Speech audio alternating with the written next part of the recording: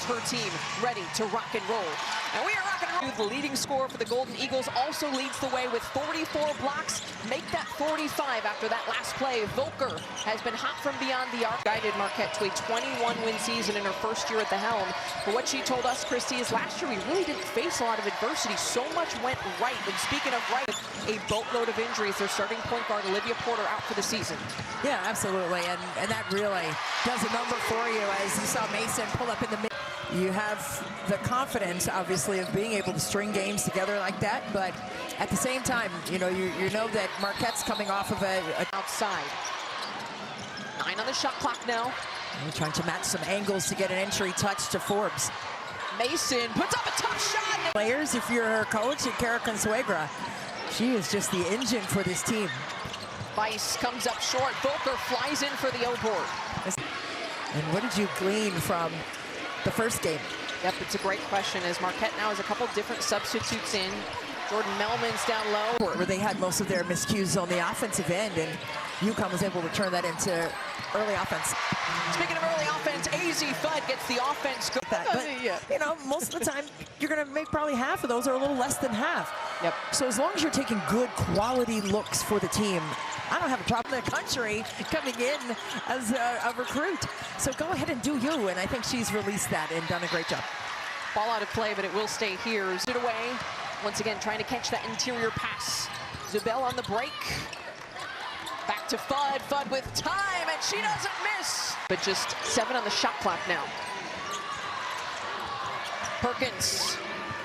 2 to shoot. Gotta go. Gotta go. Characteristically, a couple of shots inside by Strong, coming up short on the rim.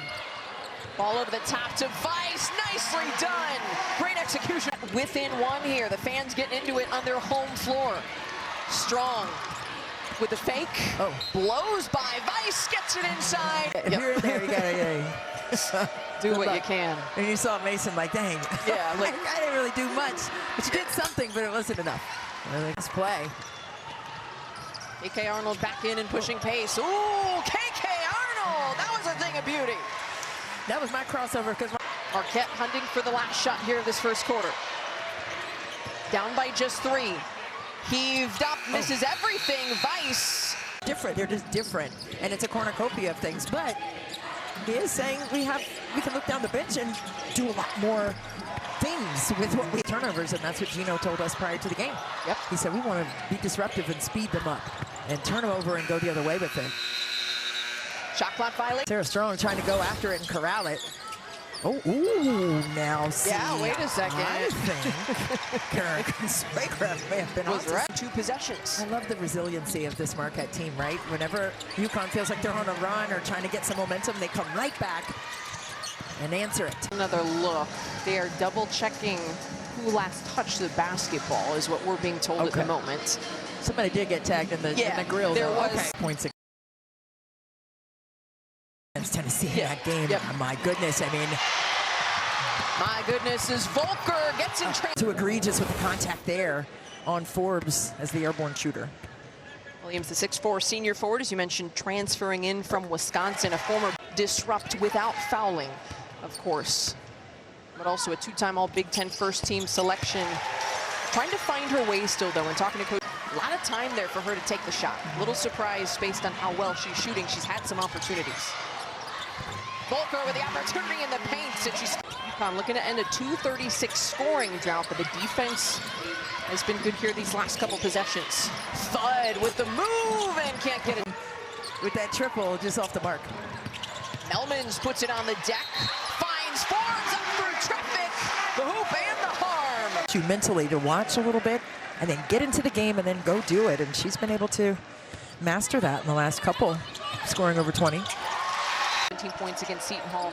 Now can she do it while starting again after a little bit of a reset? Yeah, 60 points for Forbes in the last 3 games. Great passing and time. That's one thing about Coach Consuegra. She's so tuned into her team, but there's Kaylee Heckel with the steal and the score. Arnold got a hand on it. Strong came up short. Fudd with a shot fake, steps it into mid-range. She is automatic and been so good. UConn trying to reorganize here, looking for that high-low look. Marquette doing a good job of disallowing easy touches. Strong, working on the smaller. You love to see it. Big blocks, big smiles. Fudd beyond the arc. Oh, easy Fudd. And collectively destructs you in all ways. Oh. Heckel took some contact. Alfie off the week ago as Forbes can't hit the baseline shot. Marquette with the O board. Mason on the drive. Yes. Primary defender to the spot. Then you got to give it up and trust that the next line is going to be walled up for you, and they were not there. Contain AZ Fudd has not been an easy task, to say the least, in this first half. Great ball movement. Fudd, the beneficiary. AZ Fudd gets two. That's the way to hold the rope if you're Marquette. Last second shot heaved up by KK. Of the efficiency there. Certainly an outlier for her based on not just this season, but her career. Fantastic freshman. Volker cashes in. Early work completed. But as a defender, you have to stay loose and pull that chair and get off of them. Williams working on the inside. Smooth. Arnold speeds in. Mason in transition again. Pulls it back out. Vice. Business. I love it. Late in the shot clock, though, here for Marquette. Perkins gotta go. Defensive end, and for a guard, can get in there and rebound with the best of them. I mean, she just stays at such a high level. Speaking of a high level. End. The 5'6" senior point guard who's had to step in, as we mentioned, after dealing with some injury. Kennedy Perkins going to the free throw line. Shooting it up, feeling like really during this losing streak they've been missing that floor general that Olivia Porter was to provide leadership. Strong with an easy two inside. Thought she had an opportunity to crack the code inside. AZ Fudd said no. Meanwhile, there's a response. Volker with a smooth look. On the weak side there for Strong. That was a great pass by UConn. Strong now with 7 points. Look at him right here, right? It really makes tough choices for the defense, and they're going to the same thing again, right? No help on the weak side. Why not? Why not if it's working? He's been blistering the nets. Can't help. So UConn knows that. So even before Sarah Strong touched the basketball, that play was already structured. Interior, standing at 6'7" and just a dominating force in the game. I mean, another player who could, along with Sarah Strong, I think with UConn's depth right now and their continuity on the defensive end, right now they may hold a slight edge, but with UCLA, I mean, they have been playing in terms of the hardest schedules, and a big part of that is the Big Ten slate. Yeah, absolutely. You see some zone here by UConn, 2-3. And stepping in. So let's not give so much credit. We're going to respect our opponents, but they got to deal with what we bring to the table too.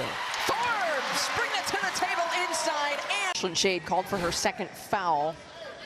The third team foul on UConn here late in this third quarter. Going back to the Huskies' dominance, it's a nearly 4-5 opponents. Yeah, no doubt. A 4-possession game here. Go to Strong inside. It's worked in the third quarter, and she does it again. That team, though she has not had a prolific scoring game, certainly does a variety of things. Strong does everything, though, for the Huskies. Yeah. And she is a dominating force, and we know that about her. They're just 1 of 9 in that first half if you are just joining us. Mason splits the defense. And Forbes defensively with Strong and Fudd. Strong rises up. Oh, Strong is heating up as well. And just got tied up yet again. Ooh. Forbes, good fake. And she gets the roll just in. Possession that they found success. Fudd trying to get the last shot. Fudd off the glass. AZ Fudd went to work in that first half, and now it's been balanced out by Sarah Strong yet again right here. Strong with the last 17 points for UConn. So difficult to slow down. Zabel has not scored yet. She's in the game right now. You know, she's a player who can catch fire, but why not keep going to Sarah Strong? My goodness. Return to sender. Oh, man. That rejection was outrageous. Oh, what a drive. Really well done by Forbes has it. Ooh, she almost traveled. Strong yelling, trap, trap, trap. Fudd lays it in. She was able to complete on the other side of the court. Absolutely. Strong with 3 steals. As there is a putback chance for Bediako. The mark on that one.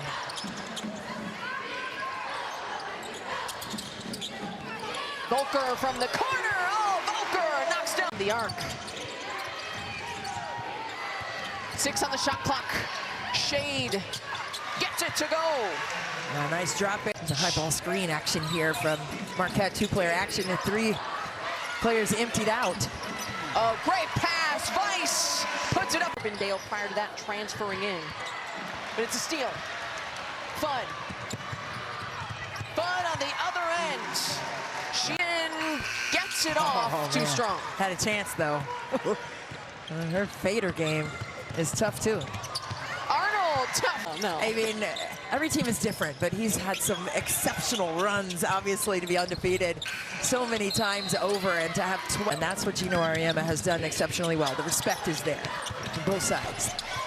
A Naismith Basketball Hall of Famer for good reason. Absolutely. Gino Auriemma seeing this role coming in off the bench, and that's what you see up and down. Everyone's willing to do what it takes for the team. Right. And you were a superstar in high school. Goal when you win. Because did we really feel that? Because we won the game? Yeah. Yeah, we felt it. And we're gonna, if we didn't feel it this game, we're gonna feel it next game when we lose because of that. So it's just about a 35-second difference. Game clock, shot clock, as Patterson can't get it to rattle home. NCAA tournament action that week. That's what he kind of continues to talk about. We've got to fine-tune and continue to hold ourselves to a higher got cooking inside. And a lot of the players like AZ Fudd and Sarah Strong, they're only going to play 3 quarters or maybe just a still UConn team continuing a special season, and they close out a road win here in Milwaukee. Final score. Just super tough. They added a 0.5 seconds on the clock, and now 71-56. Now the formal final score. 71 is the few. We've got more highlights, analysis, and we'll hear from the Huskies themselves. Don't go anywhere.